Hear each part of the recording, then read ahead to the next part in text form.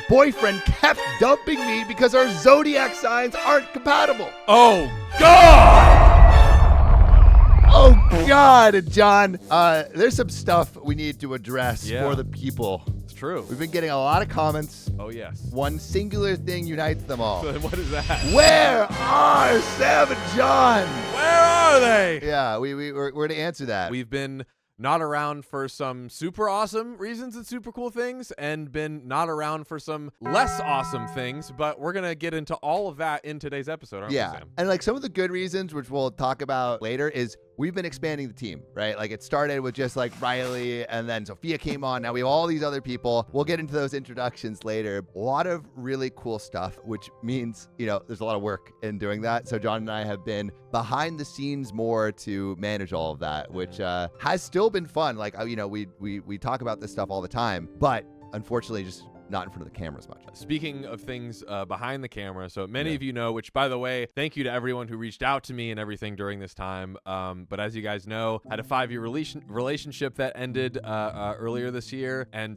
God said not enough. So right after that, my dad actually had a really bad stroke. It was crazy. Flew out the same day. He was 95% paralyzed, couldn't talk, still can't talk. He's doing better, but it was just kind of an insane experience. I went back home for like basically 2 months, kind of back and forth, and it was, again, just one of the most insane thing that's ever happened to me in my life. Lots of spiritual learnings and growth, but as you can imagine, for the past couple months, I've been basically not doing anything other than that. So thank you all again for all of your kind messages and support during that time. Yeah. But, again, just wanted to come on and explain kind of what's been going on, Yeah. And I mean, like, we've been seeing how much support that you have been giving John through this hard time.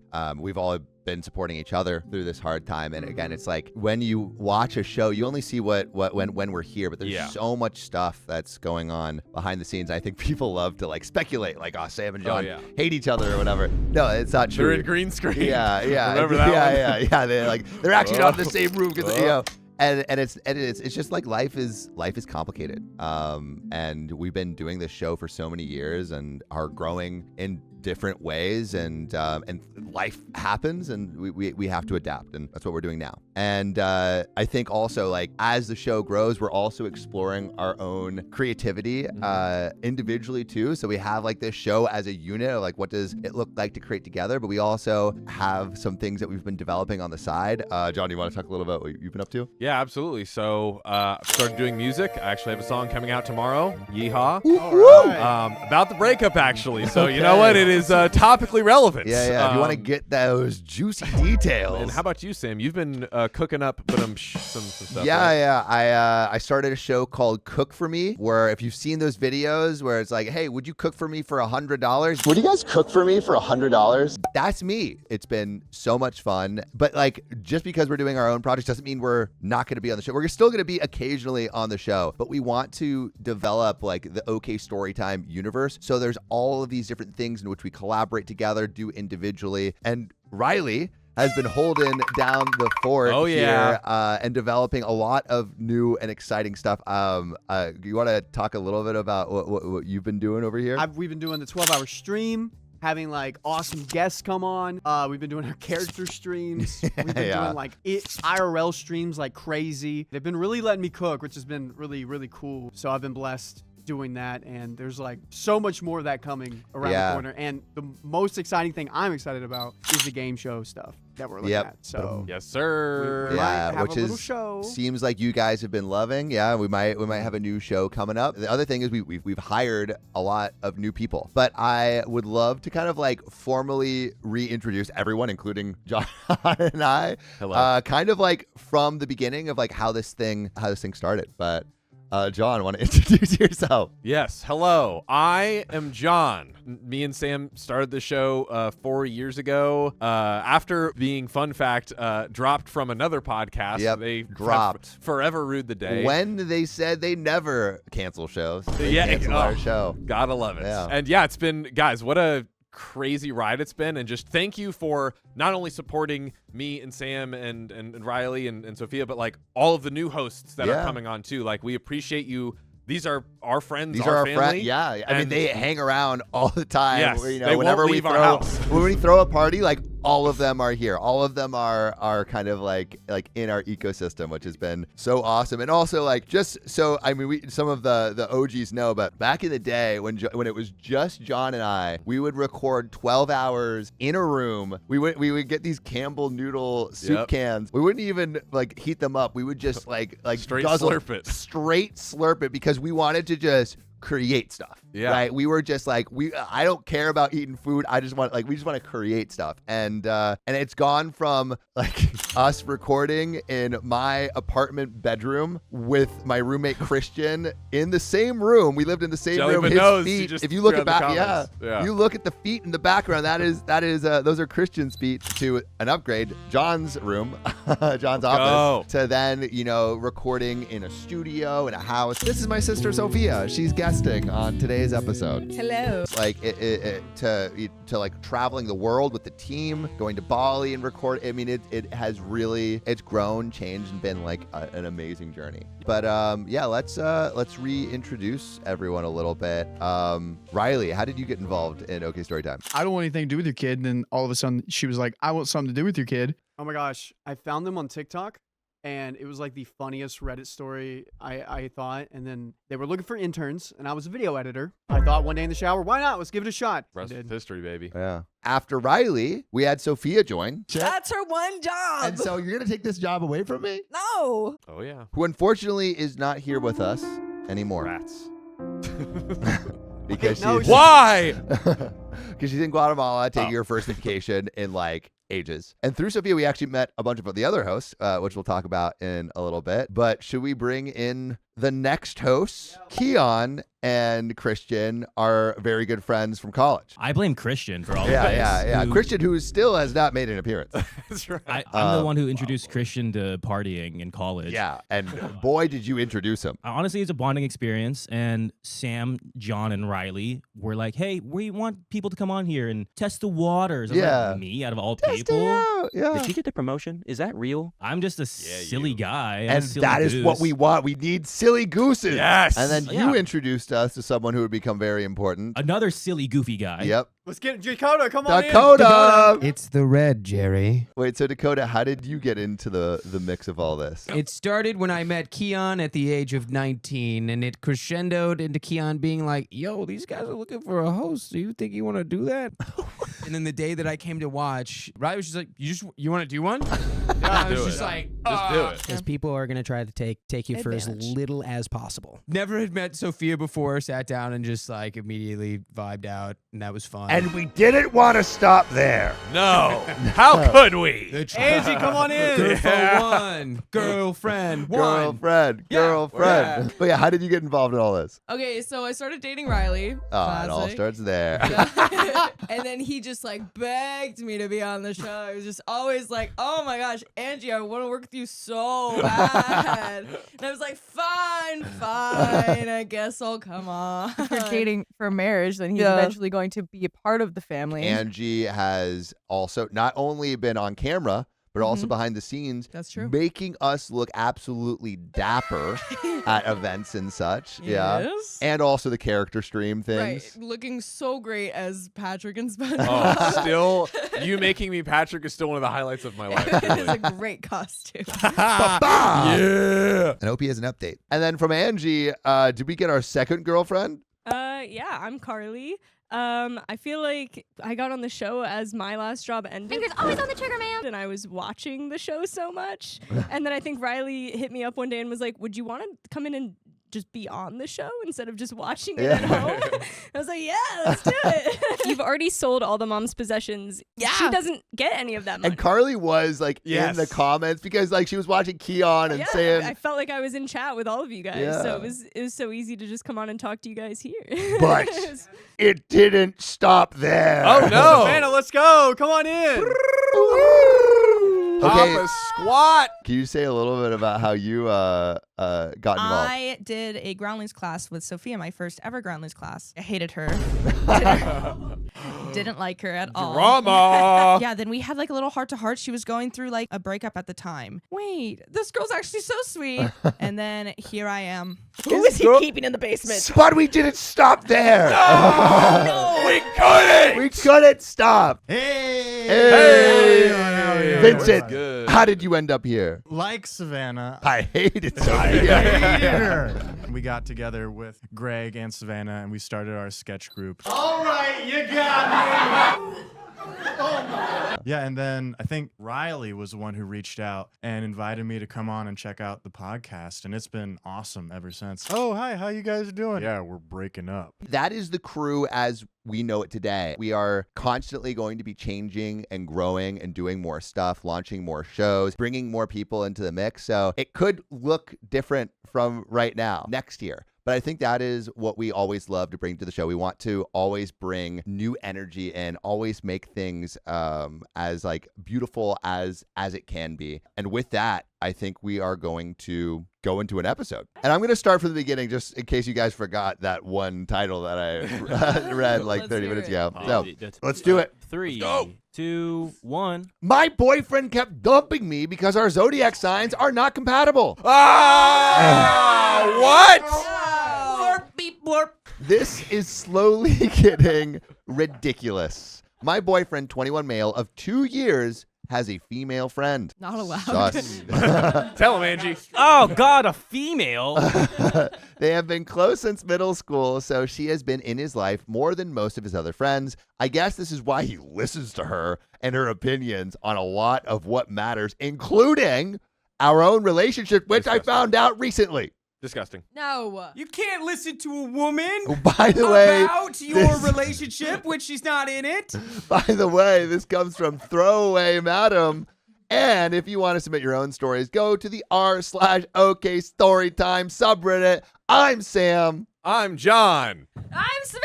I'm Vincent. I'm Dakota. I'm Angie. I'm Keon. I'm Carly. I'm Riley. And also, I'm Sophia. I'm the closest. We're all Sophia is here half. in spirit. We're all Sophia. I'm half of Sophia.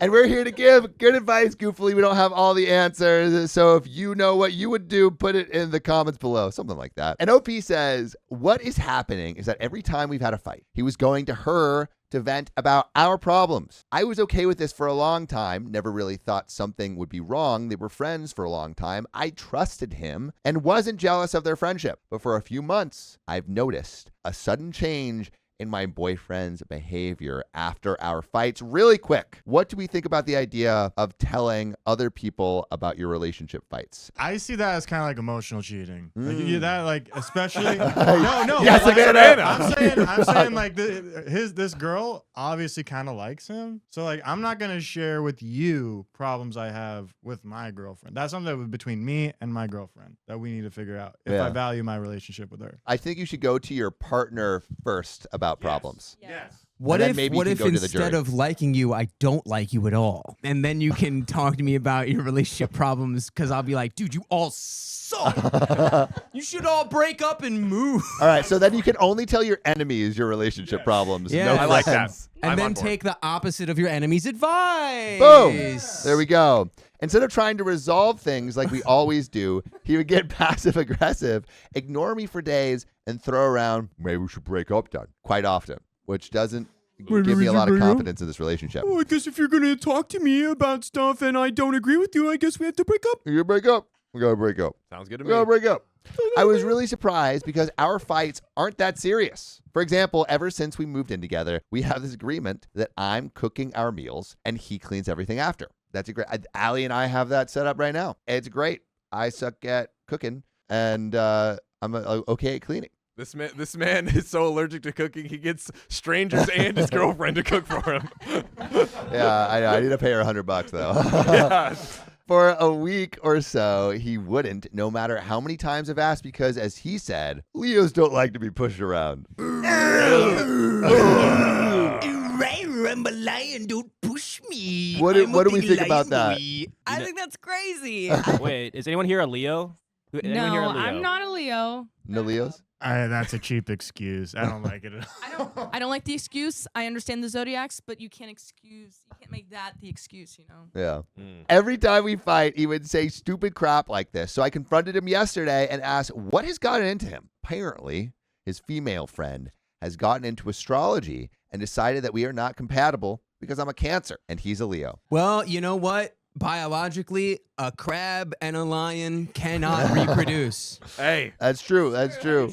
As a Cancer, have you tested this hypothesis? I am a bug. I am the arthropod Scorpio man. So I can't do it either. I just am fated to be a bug man for the rest of my days. He then blamed our little fight on our signs incompatibility and told me that she's pretty spot on with her descriptions of our relationship. And he started to believe that we're not a good match. Let me guess who is a good match, though. The one Who telling could it him be? all this. The female friend. So let me guess why she's spot on, because he's been telling her everything. Yeah, and also I think maybe he wants to be with her. I feel like I'm seeing a little bit of action going in that direction. A lot of people in the chat are saying, "Oh yeah, I dated a Leo. That was an ex. They were all butts. Yeah, That's like so Can't I wanna know trust what her a Leo, I zodiac guess. sign is. Anyway, OP continues. This is so stupid. I thought he was joking, but nope. Now I'm thinking if this is even something worth fighting for. I don't believe in astrology. I don't think it's the answer to all the problems that we face, but he's certain that it is because his female friend told him so. I was thinking about meeting up with her, but I don't know if I should, or maybe with both of them to see what the problem really is. Part of me doesn't want to throw away this relationship. Those were 2 good years before he started acting like an idiot, but another part of me is bewildered by the amount of stupidity of my boyfriend and his friend. There are some relevant comments and an update, but what do we think? Do we think that this relationship is worth pursuing? This is just the pitfall of listening to a woman who doesn't have your best interests at heart. Important caveat. Important caveat. My question is, where's the sit down between the two of them? You know, the sit down heart to heart that happens, and then maybe explore, but like who's the relationship really between? It's these two. I feel like it's turned into a little polycule. Yeah, exactly. Oh God. So, but we got some relevant comments. So eat shit take. Shiitake. Language. I mean, eat shiitake. Do you really want to be with someone so gullible and weak-minded? And OP responds, to be fair, he wasn't like that for a whole 2 years we've been together just recently. I'm thinking if there's something going on between them and this astrology BS is just a way to end things on their terms, maybe. I think that is definitely what's happening. yes. Convenient excuse. Yeah. Yeah. Your 4th house of Jupiter is not in the correct alignment with my Mars sign, and that means that we can't be together. Guackward Silence says it could be his way of finding an out if he's throwing around suggestions of breaking up during every fight. And now he's using zodiac signs as a reason to break up. Then he sounds like he's just looking for reasons to end it. He could very well have feelings for this girl, but even if he doesn't, it doesn't sound like he's a good boyfriend. I would leave and take that wizard. Glick says, or maybe the friend wants to get with him and is manipulating him. He's pretty stupid to fall for it, especially like this. But still, and Corona, take it away, says, I was thinking the same. I wouldn't be surprised if the friend's sign is miraculously hyper-compatible with OP's boyfriend. And there's an update 2 months later. Before we get into the update, what are everyone's predictions? Again, this is 2 months later. What is everyone's predictions? Well, if we look at the stars and if we look at where all the planets will be 2 months later, I think it'll mean they'll break up. Yeah. Well, what I'm do you going think? pregnant. Pregnant? Oh! I do that one too. Dang, that is a curveball. Pregnant would be crazy. And then what's the baby's zodiac sign going to be? Oh, dang. If it's not compatible, you got to throw it into the woods. They're pregnant with twins, and they're going to be Geminis. Vincent, And they're going to be Savannah, star children. What do you think? I'm hoping that they break up and move on. I don't think it's gonna work out. I understand where they're coming from though, because I'm also kind of that way. But not like. Wait, what do you mean? Like astrology-wise? I mean, I like astrology. I used to like be really, really into it, but like What do you know? All of it. What do you mean? What know can you tell us about it? Like, Who's in charge of astrology? Who's in charge of it? Yeah, who sets the rules?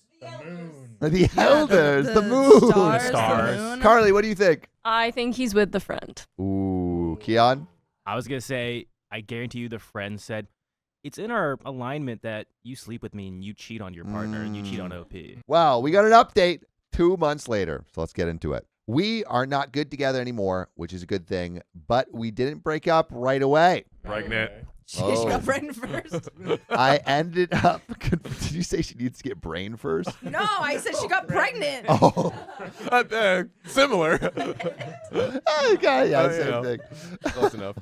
I ended up confronting my boyfriend about his friend, her input in our relationship, and him seeking validation from her. As many of you have guessed, there was much more to their friendship than I knew about. I'm not sure how far they went to this day, but to the people that were saying that they're using this whole Zodiac incompatibility as an excuse, you were right. Yes. I'm not happy until there's a baby. We took a break at first because when I decided that I wanted to end things on my own terms, my now ex-boyfriend switched the narrative, did a little switcheroo. Surprisingly enough, he decided he's not ready to let me go and that he will cut out his friend if it meant we would stay together. And I was stupid enough to believe him. Me. Savannah. You got to trust Why the you got to be stars. so accurate? 1 week later, I've decided that I will give my boyfriend another chance. We decided on new boundaries. We love boundaries. And everything was going smooth for 2 weeks. That's until I noticed that my boyfriend is being suspicious. With his phone, taking it with him even when he's taking a bath. Good old bath phone. One time, he forgot to mute his phone, and I heard the Facebook Messenger signal coming from the bathroom while he was supposedly taking a bath. I've never checked his phone before. Uh-oh. Here we You know go. where we're going. You know where we're going. And I wasn't planning to, so I just asked him to show me his messages. I guess he was surprised because I never was the type to check what he's up to, so he got quite defensive, but I'm planning on giving up. I wasn't planning on giving up. Yeah!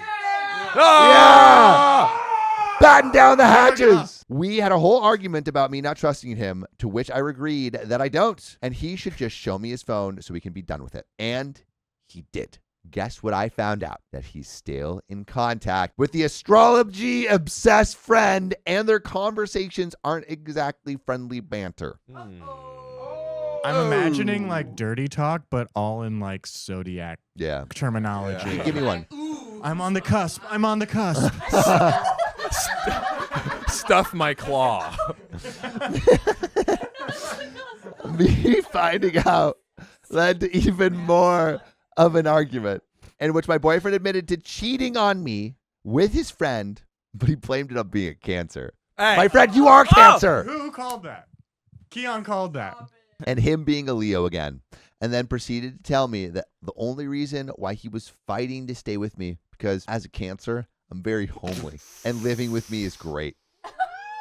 Come on. Ugh. I don't like this guy. Homely is a crazy drop. Like, Yeah.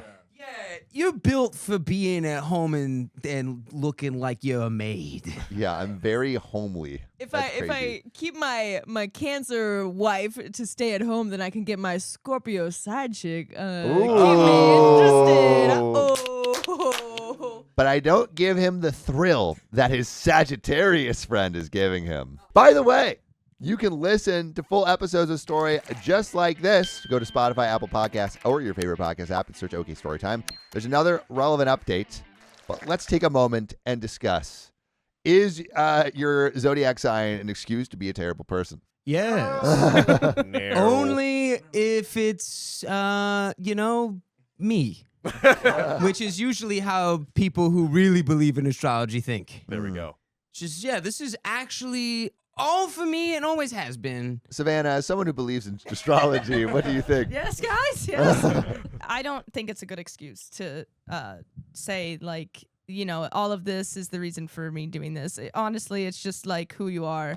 So the stars have a little bit to do. Like they do, I think, like they do kind of like go with personalities. Like I can see some of it, but like I'm not gonna be like, oh well, I do this because I'm a Sagittarius. I have to. That's what describes me. am. It's who I am. The Big Dipper says cheat today. On it. But we got a little bit more to this story. So, I kicked him out. I'm on the lease anyways. And when he tried to argue to let him stay for a few days until he finds his own apartment, I told him that as a Cancer, I'm not sure I can control my emotions and won't unalive him in his sleep. Let's go. That's how my ex became my ex. What I've learned from this is avoid anyone who believes in astrology as a romantic partner, to be more wary of my future partner's friendships, as many things may not be what they seem. And that is where that story ends. Wow. Studio audience clap. Studio audience clap. Yeah! Beautiful. Ow, ow, ow! My absolute favorite thing to do to anyone who's like a devout, absolute believer in astrology being facts is just asking, like, who's the one who made it? Like, who's in charge? Who interprets? Who's like, oh, that's the what stars. Scorpios are, but who got the message from the stars? The stars tell you stuff. It's like physics. Who got the message from to do gravity? I don't know. The stars. Isaac Newton? That guy has a name. Isaac Newton interpreted from the stars. See, He's just looking at Isaac Newton's basically an astrologer. Whoa. See, now this is exactly my point. But that is where that story ends. Everyone else is clearing out. This is a John and Sam ending episode. Not ending, but just we're going to end this episode with the boys. But everyone, say goodbye, and we'll see you in a little bit. Bye. Bye. I broke my girlfriend's heart by siding with my ex. Oh, no. Don't be a side piece siding with your ex. Don't do that. Trigger warning, physical altercation. So, I feel as though I betrayed my boyfriend on his birthday. This Saturday, I was out in town with my boyfriend of nearly a year and a half and his friend celebrating his 23rd birthday. The evening was going well until at one point we bumped into my ex. He was my first love. Oh. And we were together for a few years. Dang, that's some chemistry usually. That's chemistry. That's time. Chemistry. It's all the wrong ingredients. Yeah, yep, that's rough. By the way, this comes from Throwaway Leads 12. And if you want to submit your own stories, go to the r/OKstorytime subreddit. I'm John. I'm Sam. I'm Riley. And we're here to give you good advice goofily, and we don't have all the answers. We only know what we do, so let us know what you do in the comments.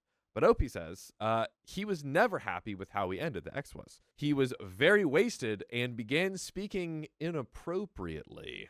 I will let your minds imagine what words were being said. My boyfriend and his friends were into the pub and when we were outside of it, and I spent 2 minutes talking to my ex before going back in. My boyfriend seemed unbothered by the situation, but mentioned that he was glad that he's gone. We stayed in the same pub for about another hour before moving off up the town towards another. We got to the other pub and my ex was there with his friend.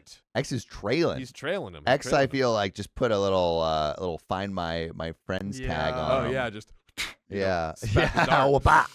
We get a drink and we're just chilling in the smoking area. My boyfriend was obviously a bit uncomfortable with how my ex was looking at me whilst we were chilling. Also, maybe by the fact that he followed you guys there. I'm also too. like seeing him go, like from like across the way, just like rubbing his hands like a little fly. Like, I'm about to land on that girl. Give it to me. Like that, you know? Oh, yeah. Am I doing fly well? Get those. Oh, no. You got to. Yeah. It's like. Yeah. That's a very sensual fly, Riley. My goodness. That's what they do. Steamy. Dang. Fly's getting freaky. But then add like 3 more legs. Whoa. Ooh, that's. I mean, maybe only 2. That's getting me too excited over here.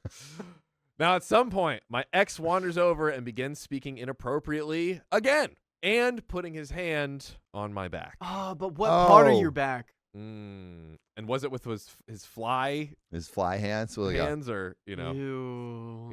3 hands? Gross. My boyfriend asks him to move along, and my ex doesn't take this well. He shoves my boyfriend and hits him in the face. Well, that is definitely not taking it well.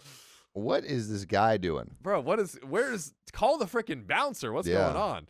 My boyfriend seemed instantly enraged. I mean, yeah, this random dude is like petting your girlfriend like a fly and trying to mess you up.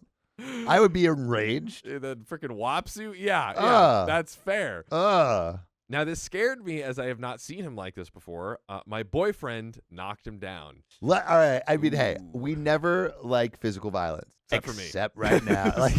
No, I mean, like, honestly, like, physical violence is never the answer. But like, oh, man, sometimes it's just so sweet to when hear you got that. it coming. When you got it coming and that you get the come in, that when when you got it coming and it came. You've been looking at too many flies, sir. When you're coming.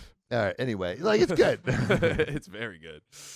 Now, this is where I can see that I effed up big time. Once his friends pull my boyfriend back from the fight, I ran to my ex on the floor and was checking if he was okay and wiping the red stuff from his nose. I sat there for maybe another 20 to 30 minutes, giving him a drink and checking him over. Once he was back up, he left. Wait. The girlfriend is spending 20 to 30 minutes with the guy that just got dropped. I got to give him a drink. The ex. I gotta pat him down with a, like the steak on the eye, like a cartoon. What the? The guy that started this all. No. You leave with your mans. It was then that I looked around for my boyfriend and I couldn't find him anywhere. Not only was she with him for 20 to 30 minutes, but she was so locked into him or so didn't even know. That to me is the most. Yeah. Oh, man. Oh. So, my friend said he left with his friends almost as soon as I went towards my ex on the ground and apparently looking heartbroken. Yeah. I was meant to be staying at his place that night and I got a taxi back there, but there was no one home. It's been 3 days and I haven't even been able to get a hold of him. And I think she's still at his house. What's going on? I got a hold of his friend who said some pretty unpleasant stuff, but probably deserved. I feel as though I betrayed him on his birthday. It's his birthday? Bro. No, not his birthday. Oh, man. What a present, man.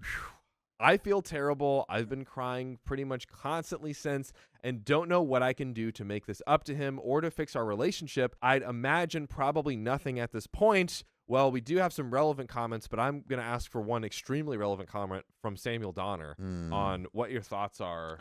Okay, what to do right now. So my thoughts right now. I mean, I feel like he shouldn't have punched the other guy. I think that was a move. I also feel like OP should have said something with the whole back thing. It feels like the boyfriend had to step in.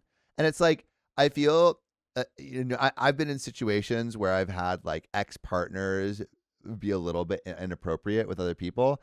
And it's like, it's always like a whack move to be the boyfriend being like, step away from my girl. Like ideally your partner should say that. And if your partner says that, you enforce it, right? Yeah, and two, look, they arrive at the second location and they see him there. Why is it not like immediately OP going and being like, why did you follow me? Yeah. Like, I mean, leave. this guy I'm is trying to create a scene or something. Yeah. And then to like, seeing if he's okay, I think maybe for like 30 seconds. Yeah. Is okay. Because you shouldn't, you shouldn't be punching people, but like 30 minutes to the point where you forget your boyfriend's even there and don't know where he is. Like, yeah, I mean, I feel like there was a couple sequences of OP choosing her ex over her boyfriend's feelings throughout the night. And maybe she wanted to feel a little back pat, Yeah. And also, too, like, it is like, in OP's fairness, what an incredibly awkward situation to be in. Like, it's never fun to be like, go away. Like, what are you doing here? And like, having to like really shut someone down, especially when they're just continuing to bulldoze over your boundaries, following you to a second freaking location. But it's like at the, it's tell them to go away or, bounce it. Feels like she wasn't really putting up any boundaries. Yes. I would like to see the other side of it because we're only getting OP side of it. And it may be a little nicer. Was there any like body language or? Oh, like you're saying, like is OP hiding stuff about how she was interacting? I feel like It could be. I feel like potentially, yeah. How did he know where she was? Does she still share a location with them? Oh, that's actually great. Rough. Yeah. How did he know? Well, we got some relevant comments here. Dr. SDO says, could you clarify your reasoning for going to help the instigator of the violent act? Was it because you felt sorry for your ex or that you didn't like how violent it became? Or was it because you didn't want to see anyone hurt physically, ex or otherwise? I think you can take some time to reflect on this and try to communicate clearly on why you did your action and let your partner have agency in what to do next. I like that. Whether or not he lets this go or breaks up with you, this should be his decision. On a separate note, I hope you will be well soon and lean on support from family and friends during this tough time. Edit, my apologies, but I could have clarified. I didn't mean for this post to diminish OP's actions, but we can both be empathetic and critical of her actions at the same time. I'm sure in some way she's posting to vent her own frustrations at the situation, and I doubt that piling on would be any more useful. Hope that clears things up, and I wish people well. And OP responds, spoiler alert, this was downvoted. Let's see why. Oh. OP says, initially it was just instinct, really. He was injured, whereas my boyfriend was physically fine, which again, I think is fair, like the kind of reaction. My boyfriend is much bigger and my ex was rather wasted, but then I stayed a little longer because I felt sorry for him. A lot of people saw and a fair few were laughing. I can see now how it was a mistake, but in the heat of the moment, I'm not really sure what came over me. Yeah, I mean, sometimes you make a mistake that ends a relationship. Yeah, it is. It was it wasn't like, this is not like the worst thing that she could do, staying, but it definitely, I don't know, it feels like you're not like rocking with your partner. Yeah, exactly. You're by not, default, you know. Yeah, you still have feelings, or there's still something there with the ex. Yeah. Where your initial feeling is to go to them instead of your partner. Kelsey Jade says he had his hand on her back, so you guys are a lot nicer than me because I would need bail money. Yeah, I mean, I think the thing that it sounds like is hand on back. She didn't say anything. The boyfriend had to go in. I don't think she was like. I don't think she was speaking up. Yeah. It doesn't sound like it, at least. But ladies and gentlemen, we have an update. There's more to the story. Okay. So just to clarify, I am 100% sure I have no romantic feelings for my ex. I had been friends with him since we were little kids because our parents were friends. In the heat of the moment, whilst wasted, I went to help a longtime friend rather than my ex, if that makes sense. I know Are it's they still friends? I don't know if they're friends like post this thing, but were they friends in that moment? Like leading up to that? Like at post being exes, were they friends? It's a good question. It doesn't really clarify. Longtime friends maybe complicates it a little bit. Yeah, family friends. Family friend complicates it a little bit. Yeah. A lot of it, I'd say. Yeah, I feel like that's interesting context. Because growing up, your family friends and the parents are like, "Oh, you guys would make a great couple. You guys are so cute together." And then they dated. I read recently that if you grow up with someone between the ages of like 7 and 11, you have a way less chance of being sexually attracted to them. So like, because it's meant as like a defense mechanism against like being too sexual, but like but if your parents are always like, oh, you should get together with blah blah blah, and they're always making them hang out between like those ages, they won't be interested in each other. Interesting. The science of not doing what Sam just said. Censored.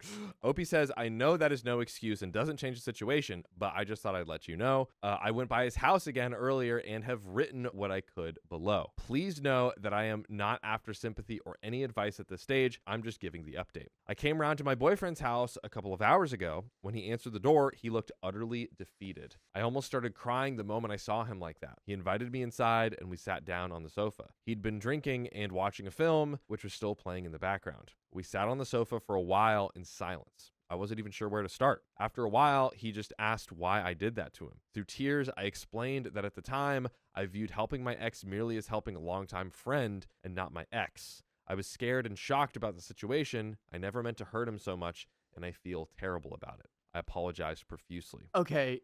Are we giving her a second chance? I mean, the family friend thing. I would love to know from you guys. Like, does the family friend thing complicate it? I'm curious if you think so. What do you think, John? I'm curious also more on OP and the current boyfriend's history too, and like, is this a one-time like weird lapse in judgment? Because it's not like stories where it's like, oh yeah, my boyfriend does X a million times. Should I break up with them? Like, is this a one-time thing and a total lapse of judgment? Yeah. Perhaps. I don't know. I'm curious on how their whole dynamic looks. Yeah. Yeah. I'm really curious if you guys what you guys think. But. Yes. Let us know in the comments. Type in the chat. But eventually, after I asked him to please say something, he explained how I betrayed him and humiliated him in front of his friends when he was only trying to defend me. He asked me how I could do that to him, and although he tried to hide it by looking at the TV, I could see him crying, which is something I've never seen him do. Not looking good. Words can't even describe the way I felt in that moment, seeing what I had caused. I just wanted the ground to swallow me up. Whoa. That is... Opie's a pretty good writer. Yeah. If anything, just, take all that relationship time exactly. into writing, put out a book. We talked for a while longer, and he continued drinking heavily. I urged him to take it easy, but he ignored me. He explained how he still loved me, but still couldn't believe that I would do him like that. He said he's not sure that is something he can forgive. I again apologized and begged for forgiveness, saying I would do anything, but he said he didn't want to talk about it anymore right now. By the way, you can listen to episodes with stories just like this. Just go to Spotify, Apple, wherever you listen to our amazing podcast and search OK Storytime. We have a little bit left of the story.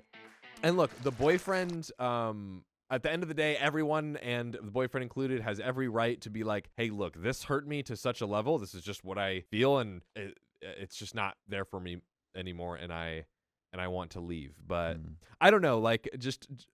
him continuing to drink, and I don't know, there was something about that, and it seems like he's also been locked up in his house for days doing that. I don't know. I mean, like, obviously, like, this coping memechanism isn't great, but I don't think that makes him like at fault for anything other than being self-destructive. I don't think they're... Do you think they're gonna make it? We're almost at the end of the story here. I don't think so. Lucy P says, I don't think these two should be together. He's not okay with her still having her ex in her life, and this drinking and crying thing doesn't sit well with me. I mean, I don't know, man. He's hurt. Yeah, he's hurt. I feel like that is not completely fair. But I will say to that, it is self-destructive, though. And there is, I think, just a big misalignment happening, which is like, this seems to be for OP's boyfriend, like, the line in the sand, which, I mean, look, at the end of the day, if you got a line your in own the sand, lines. that's a line in the your sand. sandcastle. So exactly. And sometimes there's a rowdy kid that just comes on and just stamps all over it. Stomps it. So put your bets in now. Comment if you think they're going to stay together or not. I say no. I think Sam says no as well. Yeah, I say no. What do you say, Riley? It's a little bit in me that they may stay together. Ooh, wild card. But... this is the only second chance. Yeah, this is it. Just one. Okay, we'll see if they get it. Opie says, we continued watching the film, and both of us cried a bit more. A short time later, he fell asleep next to me. He's currently asleep on my chest. Wow. What the heck? What the heck? No.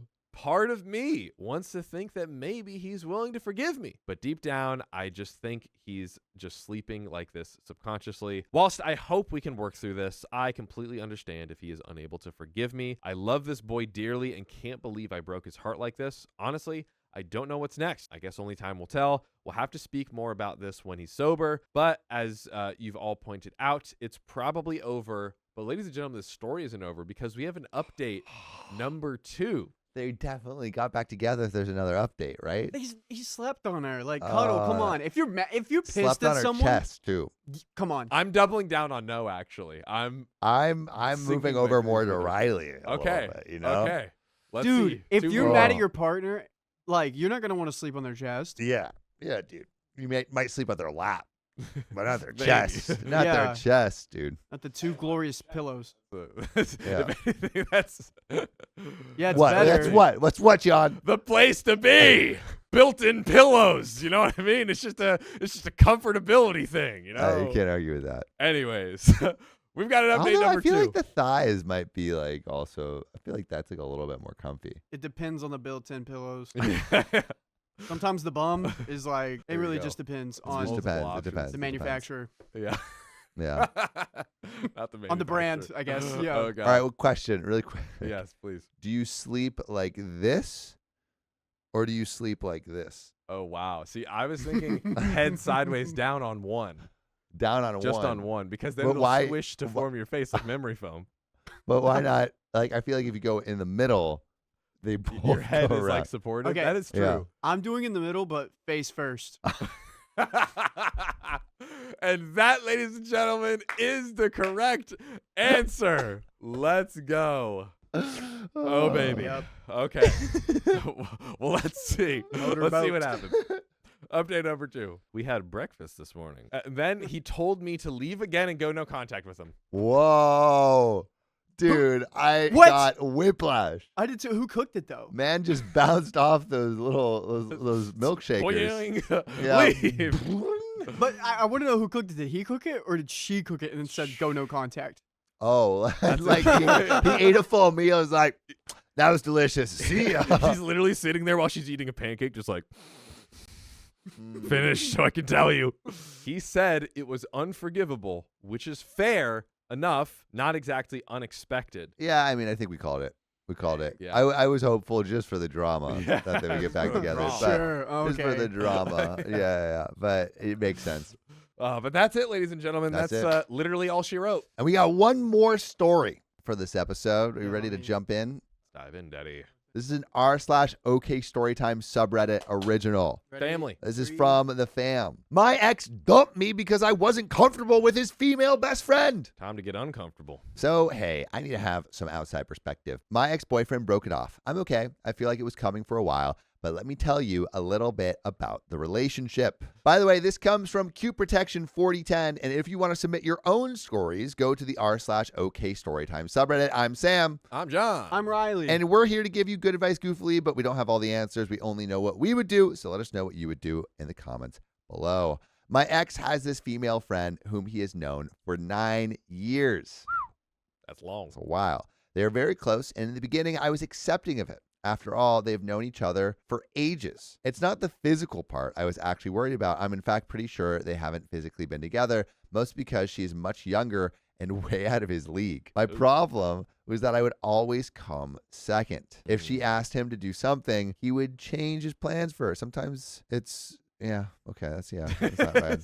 If she needed to share something, he would immediately go. He would wake up and check if she had texted him. He would take care of her pets, which is fine, but not mine. They would text all the time. I haven't checked his phone ever, but he has shown me the messages. Nothing was really spicy related, but the general tone was, I want this, and he would oblige. I want what? He would suggest helping her with everything without her asking. And she was a constant presence at his place. We only spent weekends together, but at least one of those 2 nights, she would be invited for dinner or we would be at her place. We would also spend some week evenings alone. After a year and a half, he was completely dismissing the idea that we could ever live together. I didn't press. I just mentioned that someday I wanted it to happen, which seems like a normal thing to plan. I feel like that's normal. The moment I said this, it made him feel uncomfortable. He became extremely defensive. I was literally shocked. I'd never seen him so upset. She was going through something at the time, and he told me, now I can't even help my friend because of your insecurity. I promise I did not scream or shout or anything like that. A month passed. I got really angry for another reason and brought this back up. During that whole month,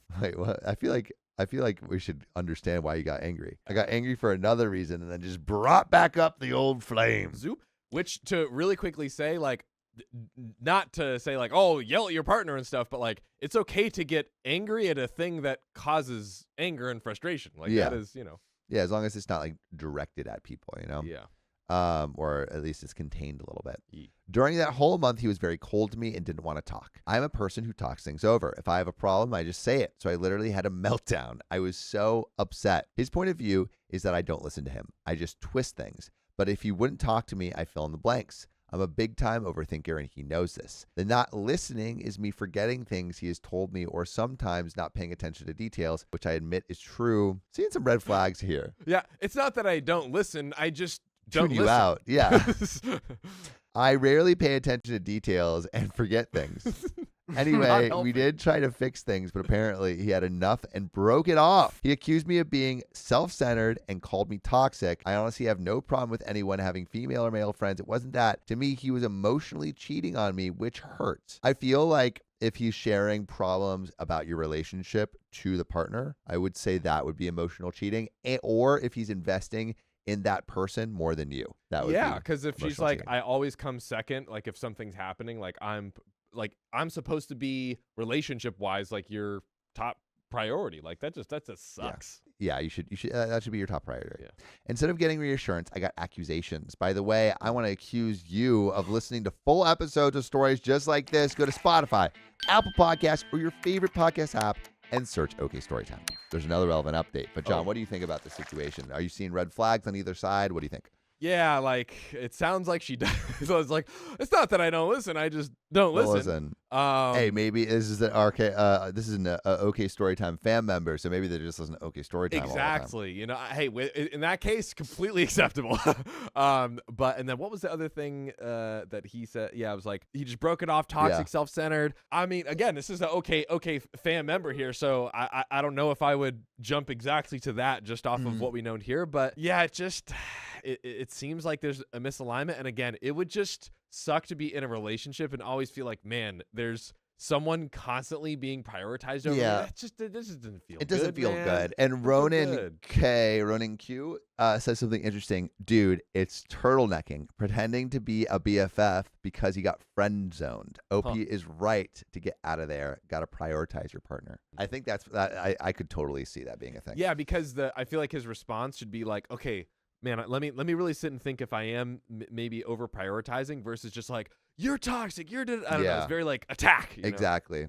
Yeah. But we got a little bit more to the story. So I discussed this with my therapist, which my ex doesn't believe exists because his therapist apparently told him, you put yourself in this situation, you need to deal with it. While mine said, this person is definitely more attached to his friend than he is to you. My ex doesn't believe any therapist would say that. I actually think we've been telling very different stories, and he thinks I'm twisting things and overreacting. Why would I do that? I don't know. It's not like I wanted to feel this way. I'm sorry this is long, but I just need to know if this was just my insecurity or if there's something else here. The relationship is over, so the only thing I'm after is closure. Yeah, I mean, I think I don't think you were perfect in this story by any means, right? Like, I think like the bringing up this fight when another fight happens, like I don't think is a good idea. The not listening, like not great, but like that doesn't mean the problems in your relationship are not real. And I think it seems like what your therapist said is right. I think he is attached to this girl more than he is you. The thing about him, like her being out of his league, I think it might be the turtlenecking thing where it's like he's interested in her, and because like she's like, nah, he'll just be BFF, but he always has feelings, which is why like he's prioritizing her over you. Which is not good. Not a move. But that is where this story and this episode ends. There it is. So we'll see you around. There will be other episodes with Sam and John. But again, we're mostly gonna be more. We're gonna be doing a lot of the behind the scenes work, expanding this podcast, expanding the shows that we do. You can check John. Where can they see your music stuff? John the Rapper on all platforms. Check it out. And you can see some of my stuff, Samuel Donner, wherever you get your social media. And we will be popping in and we will be creating more shows. So you're going to see more exciting stuff. It's all in this OK Storytime ecosystem. It's going to be really fun. But if you love us, make sure to subscribe. We love you. And see you tomorrow. Yo, don't leave yet. Please don't exit out of this video.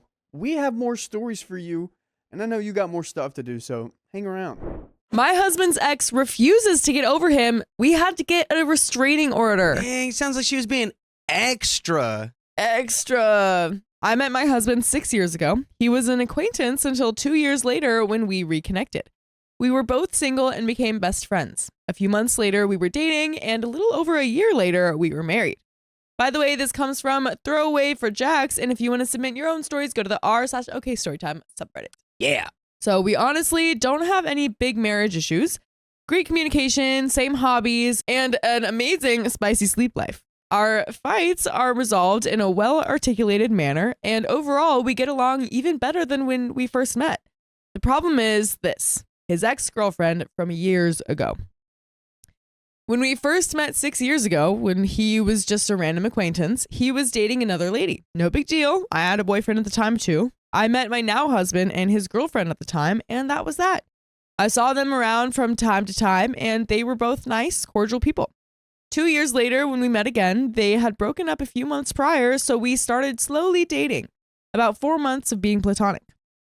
The minute we made it official, I received a Facebook message from his ex-girlfriend calling me a witch and saying that I stole the love of her life away and that she knows that we're having spicy sleep when they were dating. And I ignored the message. Great job. Because it was full of name-calling and false claims. I never crossed a line with him while they were together. I barely knew him. Never even a hug or a handshake. Weeks went by and she continued to pester me via Facebook, so I blocked her.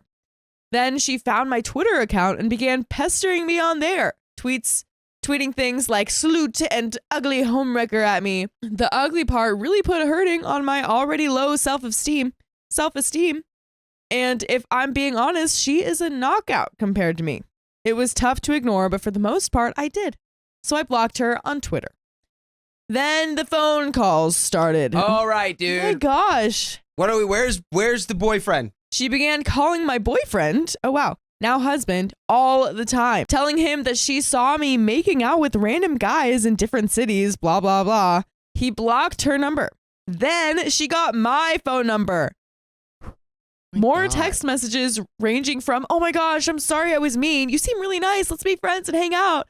To, what the F? You are so ugly. Why the F is he with you, not me? So I blocked her number. A year passed and she seemed to have vanished. Aside from a few mutual friends who would occasionally mention her, we forgot she existed. And then about a year ago, 1 year into our marriage, she resurfaces. She has a new phone number and begins calling and texting him again. He would show me the texts and he wouldn't respond, and then she would go psycho because he wasn't responding, saying it was because I was controlling. Oddly enough, I told him to respond. I told him to kindly tell her that he is married and that she needs to go away. Instead, he blocked her new number, which apparently just made her even more angry. Now, this woman lives about 2 hours away from us, and within the past 6 months, she has been slowly trying to join our friend circle. She shows up in our city at our favorite bars, usually alone, sometimes with some of our mutual friends she met randomly through Facebook. It is unbelievable. She also yelled at my best friend in a restaurant who was visiting her sick mother in the ex's city. She is truly insane, I'm afraid. The final straw happened 2 months ago. We went to our favorite bar to play some acoustic songs. We play music together occasionally.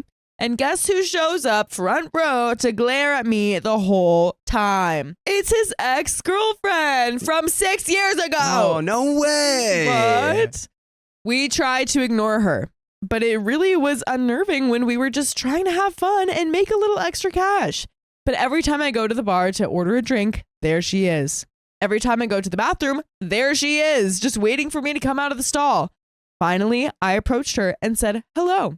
She said, I'm not here to see you. I have to talk to OP's husband. I told her that was fine, but I didn't know where he was. She takes off looking for him. I stand around guzzling whiskey because honestly, I was just so shocked and out of ideas on how to gracefully handle this woman. My husband comes up to me and says our instruments are loaded up and we need to go. So we get in the van, and just like in a horror movie, she comes up to his driver window and starts crying and banging on the window. My husband rolls down the window and she throws an adult soda can at him and yells, why the F did you marry her? My husband drove off. Thank goodness he was sober, because at this point I was whiskey wasted and completely freaked out.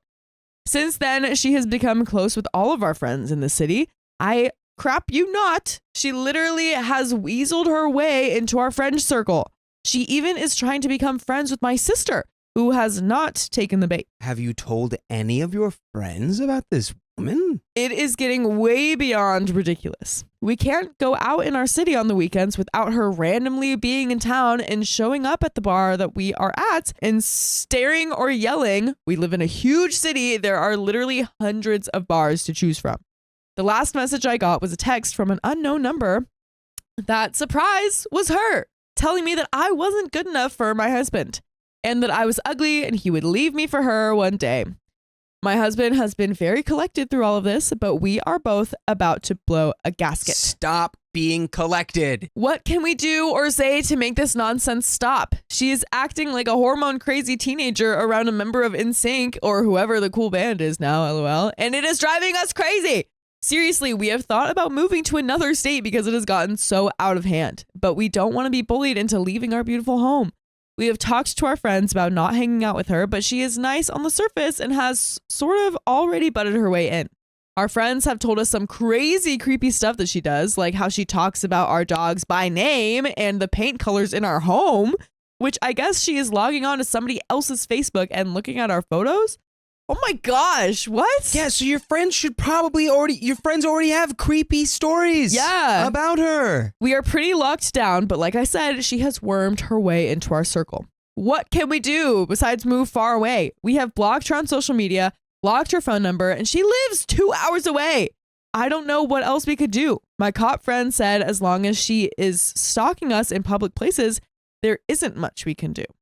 Oh, wow. So she's showing up in public places, and that means that, oh, wow. Any advice would be appreciated if anyone has any similar experience. Sorry that was long. I tried to condense it to only the most dramatic offenses. But there is an edit. Glad to know that we aren't crazy. Everybody seems to be downplaying how disturbed this woman is, so your responses at least let me know that we are right to be concerned. I spoke with a lawyer last week about a restraining order who was no help, but next week I'm seeing another lawyer who is a family friend. He said just based on the small amount of evidence I have emailed him that we can definitely file an order against her. Oh, good. Okay. Thank you for your advice. Yeah. That's great. I guess restraining order is better advice than like try to fight her. So there are some comments. Commenter number 1 says, first off, restraining order. Document everything. Second, I would get into contact with your friends, show them a sampling of the texts, emails, etc., and say something in the vein of, please don't think that we are trying to tell you who you can or can't hang out with. You are, of course, free to socialize with whomever you want without our objection.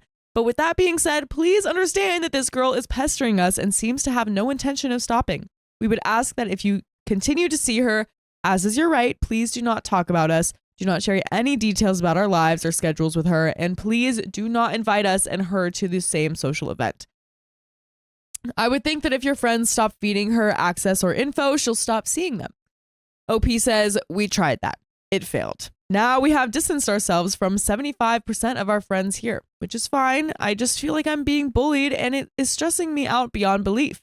We have sadly, seriously considered moving way the F away just to get away from this mess. But someone else responds, how can your friends not see a problem with this? She is trying to declare her love to a freaking married man whose wife they're supposedly friends with as well, and that doesn't bother them? Even if they don't believe that she stalks you guys, how could that ever be a good idea? You're better off without these types of friends. OP says, you're right. We have sadly had to cut out about 75% of our friends. It is so absurd. She must be ridiculously charismatic and manipulative because I have no idea how she has convinced all of these people to support her in this psychotic endeavors. Commenter number 2 says, keep a log of what she does and save all of her texts and messages. Show these things to your friends. If they don't drop her after that, they probably aren't your friends. The record keeping should also come in handy to get a protective restraining order when she inevitably goes off her rocker and starts stalking you at home. And an edit, don't respond to any of her texts or messages. I know a girl who was denied a restraining order because she would respond to her stalker. Oh, wow. OP says, thank you. We have all the numbers she has used to contact us blocked so we don't get any more texts. But now she is trying to add my sister on Facebook. She didn't accept it, but it is getting crazy. I could deactivate my Twitter and Facebook, but I use my Twitter for work and we have so many out-of-town friends. I love keeping up with them on Facebook. It isn't fair. I should have to give these things up because of a crazy person. I'm just at a loss of what to do other than running away. And there is an update. Oh boy. I hope the ex goes to jail somehow. Oh boy. Long story short, she contacted me via her boyfriend's Facebook on our music Facebook page. I know, what the F. Asking me questions about my relationship with my husband, admitting her love for him, and then asking if the three of us could hang out because I seem really nice. What? I messaged her back and told her that if she contacted either of us again, we were going to pursue a restraining order, which we already were pursuing it, but I thought I'd give her fair warning. Well, like clockwork, 2 days later, me and my husband play a show at our favorite bar, and guess who is there front row? Her. My husband calmly talked to the bar manager and he asked her to leave. She caused a huge scene, crying and screaming and cussing at me. Yelling things about how ugly and talentless I was, yada yada. The bar manager threatened to call the cops and she left. The next day, after presenting the police station and our lawyer friend with all of the evidence we had, which was a lot, the restraining order was officially in effect. It's been a little over a week and so far we haven't heard anything from her or about her. Yay! Huzzah! Hopefully she doesn't go even more psycho, but for now I feel like a huge weight has been lifted. Thank you, Reddit, for letting me know that we were not being crazy and feeling threatened and scared of her. You guys gave us the courage to nip this crap in the bud. Keep us in your thoughts. I still feel a little uneasy about the restraining order pushing her further over the edge. But we have another update. Well, this is a weird but overall good update. Stalker girl disappeared after the restraining order was filed. Okay, thank God. Thank God. Once we had that done, we convinced my mother-in-law to cut her off too, which so far she has. Interesting that she didn't in the first place, but okay.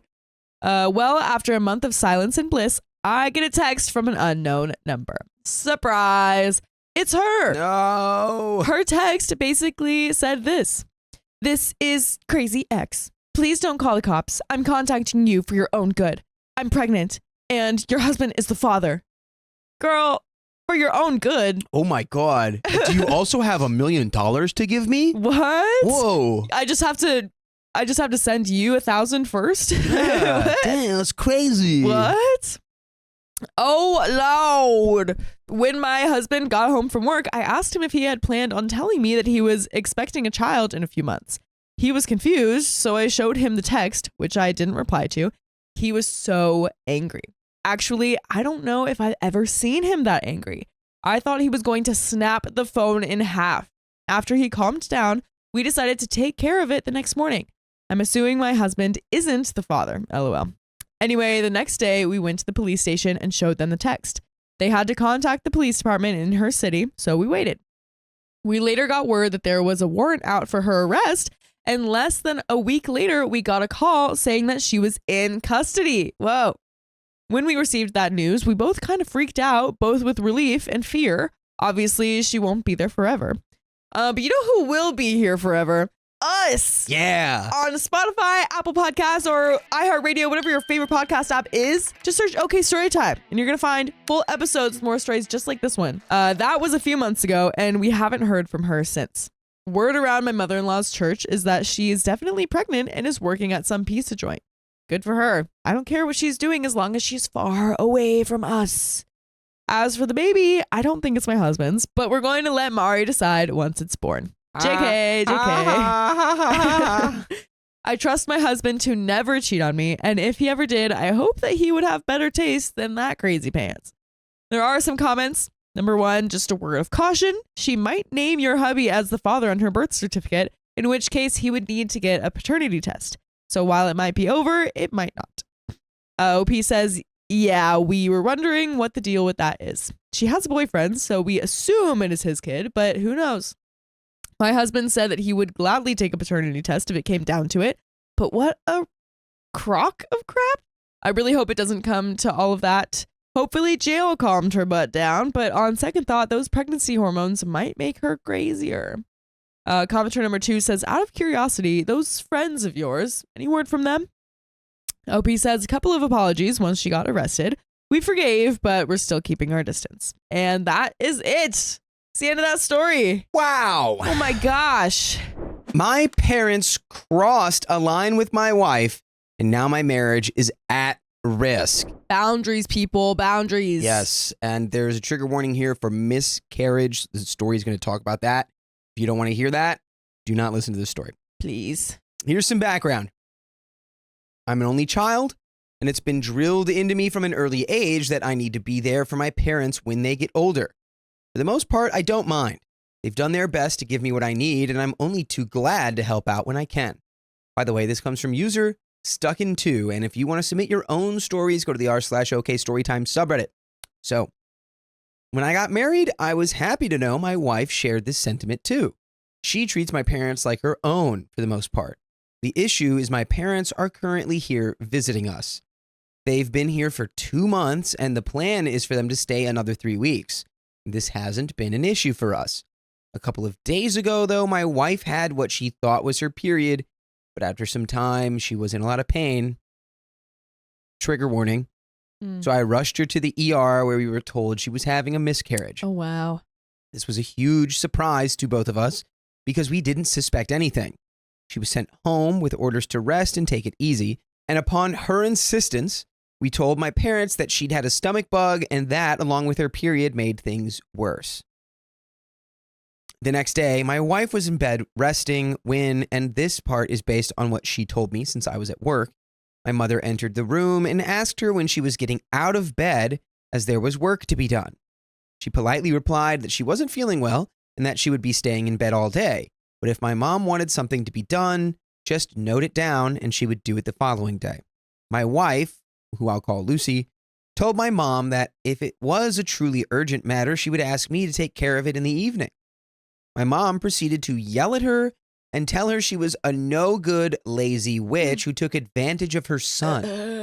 Lucy started crying and asked my mom to leave the room, but my mom stood there yelling at her till Lucy picked up the phone and called me.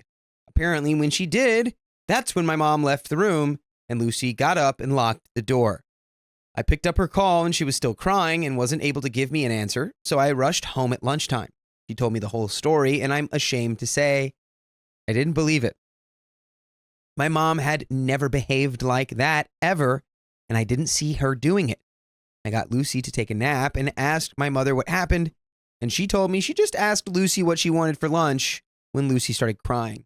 I messed up again and let it slip that Lucy had had a miscarriage and told my mom to keep an eye on her because it might have been her hormones causing her to cry. Well, 2 hours after I got back to work, and I get another call from Lucy. Except this time I can hear my mom screaming terrible things at Lucy about her miscarriage. Oh, no. I rushed home immediately and confronted my parents. My mom was unrepentant, and my dad said he didn't want to be dragged into the issue. I asked Lucy what she wanted, and she told me she wanted my parents out of the house immediately. This posed a problem for me, and I told her I'd put them up in a hotel somewhere for a night or two. She lost it and said that I wasn't to spend a single dollar on them, not after the things my mom had said to her. I told her sorry, but that was out of the question as my parents depended on me. She started weeping and told me to get out, and I left her alone for some time. During that time, she'd called her brother who lives in the next town, and he turned up. He didn't say a single word, just helped Lucy pack, and they left. I tried to stop her and to get her to stay, but all she told me was as long as my parents were here, she would not be. I didn't know what to do. I just kept calling her and leaving messages for her. My parents took it upon themselves to call up her parents, who live in a different country, and essentially insult them by telling them that if they had brought up their daughter better, she wouldn't have left. I had to snatch the phone away from them and apologize to her parents. They were totally baffled, so I explained everything to them, after which they hung up on me. And that hurt. I left a message apologizing again, but they haven't replied. The next day, I got a message from my wife asking me to come to her brother's place. I went after work, and we talked. She told me it wasn't fair that she couldn't be in her own house while my parents were. According to her, it felt like being punished for no fault of her own. And then she told me that if my parents weren't out by the end of the week, on their own money, not ours, she would leave me. I know my parents need to go, but each time I tell them, my dad refuses to buy a ticket to leave and says they'll leave when they plan to leave. And if I keep pressuring them, they'll disown me. I can't get them out of my house. I'm at work all day. And buddy, you shouldn't be worrying whether you should be disowning them. Yeah. Yeah. I can't get them out of the house. I'm at work all day. If I don't get them out, my wife will leave me, and I can't imagine having a life without her. My parents don't care that she'll leave me. My wife doesn't care that my parents might disown me. Yesterday, her brother called me up and told me that each day my parents are in our home and she isn't, she hates me a little more. Oh, gosh. I don't know what to do. I don't want to get the police to get my parents out because, well, they're my parents. I can't lose my wife. I can't see a way out of this. Help me, please. Told my parents to leave or I'd call the cops. They're flying out to stay with my aunt for the remaining 3 weeks. Oh, wow. My mom trashed the house, but they're out. That's another offense that's a criminal offense. I'm going to pick up my wife now. I've got a lot of groveling to do. Not sure if I want to stay in contact with my parents anymore. Thanks, everyone. Yeah, I'd be pretty sure I wouldn't want to stay in contact with my parents. Yeah. Comment when, are you Asian or from another traditional conservative culture? I say that because of this and because your parents planned on staying with you for 3 months. Because most people from Western cultures wouldn't be saying a lot of the things you say below, and also because most of them wouldn't be feeling stuck in a quandary or debating whether to cut off contact with the parents. They would see this as 100% unacceptable. Your mom is a psycho witch. Go no contact immediately, etc. Instead, you put a lot of significance on not being disowned, and you're obviously stuck trying to keep a relationship with your parents and with your wife. Comment 2, Here's where I think the first and possibly most damaging F-up is. When you sided with your mom, you basically accused your wife of lying to you. When you said you couldn't see your mother yelling at her like that, you essentially told your wife she was a liar. Your wife is dealing with a miscarriage. It F's with everything about your being, both physically, hormones are not an effing joke, and emotionally, there's a very real possibility that she's grieving right now. Everything you have done since this first incident has shown her that you do not value your family with her the way that you value your parents. You've got a choice to make right now, her or your parents. Lastly, your wife did not put you in this position. You did. What she's asking is totally reasonable. She was verbally abused in her home while she was vulnerable. If it was you in that position, would you be okay with the assailant staying in your home? If you had believed your wife and stood up for her from jump, you would not be in this position. If you choose to support her in this, it's important that you deal with any resentment you feel without taking it out on her. Comment 3, even if your wife were lying, you should still have removed your parents. She's emotionally and medically vulnerable, and if she's uncomfortable with guests, then those guests are going to jeopardize her healing process. How the F were you expecting to handle the postpartum period?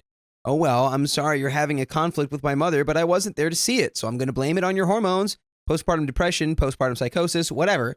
And since it must be your fault because you're the one with the out-of-whack hormones, my mother gets to stay and you'll have to figure out how to recover and not spiral into postpartum depression or psychosis while simultaneously playing hostess to a guest who is a huge source of stress to you while I'll stay away all day at work.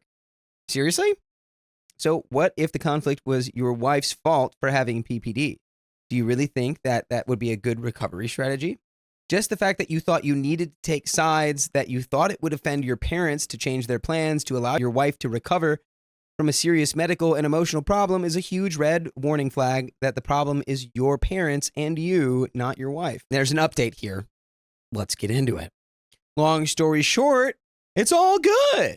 Oh. Nice. Okay. Long story long, OP's wife here. Oh my gosh. We are now getting the wife's perspective. Oh, this is crazy. He showed me this post as we were having our much needed conversation, and wow, it got a lot of replies. First, I was blown away by all the support in the comments. I wanted to let everyone know that I've been fine for the most part. The miscarriage was sudden and unexpected, and neither of us knew how to feel about it, but we've come to terms with it. Hopefully, in the near future, we'll have a more positive result. Secondly, to add some context to the previous post, we're Indian. In our culture, it's kind of a given that you help your parents out as they grow older. It's also a common thing for parents to have long visits and whatnot. Third, my husband is a good guy. I can understand the vitriol coming his way over failing to see his parents' past behavior, but the thing is, neither of us were able to believe his parents were capable of such behavior. He hasn't spent much time with his parents. Growing up, he stayed with an aunt and cousin to attend school and with his grandparents during his college days, so he's never actually spent extended periods of time at home to note their behavior. The most time I've spent with them in the past was a week, and my parents were there too during that time. Now, on to the actual update. Oh boy. After he banished his parents, my husband Jack came down to my brother's apartment to, in his words, take me home. Before he did, though, we had a long conversation and spoke about everything, which is how we came to the first and third points mentioned before. My brother was a champ and lent us his apartment for the night to give us privacy. I asked Jack what his plans with his parents were, and he told me he's not going to let them back into our lives unless they apologize. If they do, then we'll allow them to see any future children, but it will always be supervised and they will never be left alone with them. He's on my side 100% and apologized for taking his parents' side. He told me it was hard for him to believe his parents, who he'd always held in high esteem, were capable of behavior like that. I cried with him. I can't imagine what he's going through having to cut your parents out of your life like that, but I'm glad he's on my side. We'll be going for a few sessions of counseling together, and I'm hoping to persuade him to go individually too to handle the whole cutting his parents off situation. The next day, he booked a hotel room for the two of us, asked me to spend the day doing whatever I wanted, just lay back and order room service. He then organized for cleaners to clean our apartment so I wouldn't have to do anything. He even got the carpets steam cleaned. I was amazed. Aww.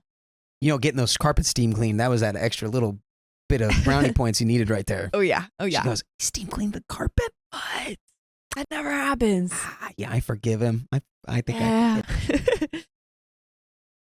The room service was amazing. I'm a bit sad about having to cook now. Haha. We're now firmly back home, and it's good to be here, just the two of us.